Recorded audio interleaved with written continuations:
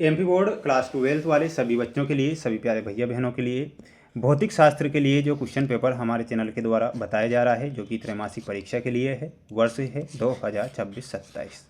प्यारे विद्यार्थियों, पूरा पेपर और उसका सॉल्यूशन हमारे चैनल के द्वारा जो बताया जा रहा है, ये आपकी परीक्षा में 101% आपको देखने को मिलेगा। इसलिए आप इस क्वेश्चन पेपर को पूरा ध्यान से देखेंगे और अच्छे से इन क्वेश्चन को याद करेंगे, क्योंकि ये जो प्रश्न हैं आपकी परीक्षा में आएंगे और आपसे पूछे जाएंगे। तो बिल्कुल आप पेपर को मिस ना करें, क्योंकि ऐसे क्वेश्चन हमने निकाले हैं जो कि प्रत्येक वर्ष परीक्षाओं में बनते हैं और पूछे जाते हैं। इसलिए आप पेपर को पूरा देखें। 70 नंबर का पेपर होगा, 3 घंटे का परीक्षा में आपको समय दिया जाएगा। आइए शुरुआत करेंगे हमारे क्वेश्चन से। सभी बच्चे, सभी प्यारे भैया बहन इस पेपर को पूरा देखें। क्वेश्चन आप देखिएगा प्यारे बच्चों, जैसा कि आप पहला प्रश्न देख पा रहे हैं। प्रत्येक प्रश्न में दिए गए विकल्पों में से हमें सही विकल्प चुनकर लिखना है। आप अच्छे से इन क्वेश्चन को याद कर लीजिएगा। देखिएगा, पहला क्वेश्चन बता देता हूँ। किसी पदार्थ का प्रति एकांक आयतन विद्युत द्विध्रुव आघूर्ण कहलाता है, तो वो क्या कहलाता है? तो यहाँ पर आपको लिखना है वो ध्रुवण कहलाता है। क्या कहलाता है? तो इसका जो सही आंसर होगा वो क्या हो जाएगा? ध्रुवण हो जाएगा। वहीं नेक्स्ट क्वेश्चन जो कि आपको दिया गया है, किसी तार का विशिष्ट प्रतिरोध निम्नलिखित में से किस कारक पर निर्भर करता है? किसी तार का विशिष्ट जो प्रतिरोध है वो किस पर निर्भर करता है? तार के पदार्थ पर वो निर्भर करता है। तो यहाँ पर आपको क्या लिखना है? तार का पदार्थ। सभी जो बच्चे हैं प्यारे बच्चों, आपकी चारों एग्ज़ाम के लिए हमारे द्वारा क्वेश्चन पेपर बताए जाते हैं, इसलिए आप चैनल के साथ ज़रूर जुड़ें और जो भी जानकारियाँ हमें मिलती है परीक्षा से रिलेटेड वो हम लेकर आते हैं। विद्युत धारा के चुंबकीय प्रभाव की खोज किसने की थी? ये कई बार, लाखों बार क्वेश्चन आ चुका है कि विद्युत धारा के चुंबकीय प्रभाव की जो खोज है वो ओस्टेड ने की थी। ये लिखना है। गोलीय दर्पण की वक्रता त्रिज्या r तथा फोकस दूरी f में क्या संबंध होगा? तो यहाँ पर आंसर हो जाएगा r बराबर 2f। क्या लिखना है? r बराबर 2f। नेक्स्ट क्वेश्चन है आपका, 31H व 32He परमाणु निम्नलिखित में से किस संकल्पना के उदाहरण हैं? तो ये संभारिक संकल्पना के उदाहरण हैं। तो यहाँ पर आपको क्या लिखना है? संभारिक। पीएन संधि डायोड की अवक्षय परत में होते हैं, तो उसमें क्या होते हैं? निश्चल आयन होते हैं। यहाँ पर आपको आंसर क्या लिखना है? निश्चल आयन लिखना है। बढ़ेंगे अगले क्वेश्चन की ओर। अगला क्वेश्चन जो कि देख सकते हैं आप, ये होंगे आपके रिक्त स्थान वाले क्वेश्चन। ध्यान से देखें, याद करें। विद्युत क्षेत्र की दिशा में चलने पर विभव क्या होता है? विद्युत क्षेत्र की दिशा में चलने पर जो विभव होता है वो घटता है। जिन पदार्थों की चुंबकीय प्रवृत्ति ऋणात्मक होती है उन पदार्थों को हम क्या कहते हैं? उन पदार्थों को बोला जाता है प्रतिचुंबकीय पदार्थ। क्या बोला जाता है? प्रतिचुंबकीय पदार्थ। परिवर्तनशील विद्युत क्षेत्र धारा उत्पन्न करते हैं, तो ये विस्थापन धारा उत्पन्न करते हैं। तो आंसर के रूप में आपको लिखना है विस्थापन धारा।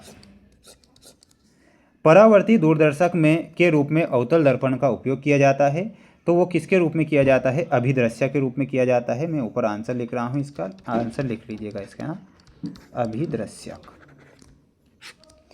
संयोजकता बैंड से ऊपर स्थित बैंड को हम क्या कहते हैं? तो उसे बोला जाता है चालन बैंड।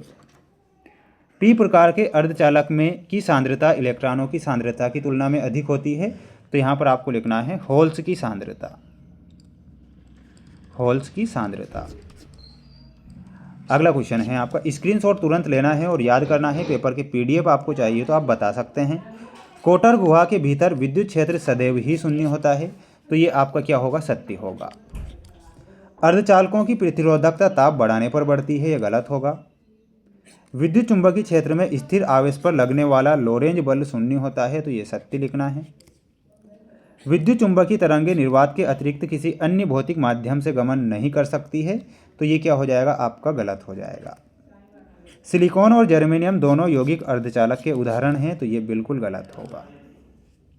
नेक्स्ट देख लीजिएगा, ये आपकी जोड़ी स्थिर वैद्युत बल। तो स्थिर वैद्युत बल में आपका सही आंसर क्या हो जाएगा? कूलाम। प्रेरित धारा की दिशा में आपको मिलाना रहेगा लेंज। विद्युत चुंबकीय तरंग की खोज मैक्सवेल ने की थी। व्यतिकरण का द्विलिष्ट प्रयोग में हो जाएगा आपका, जो कि मैं आपको बता रहा हूँ, ध्यान से पहले ये देख लीजिएगा।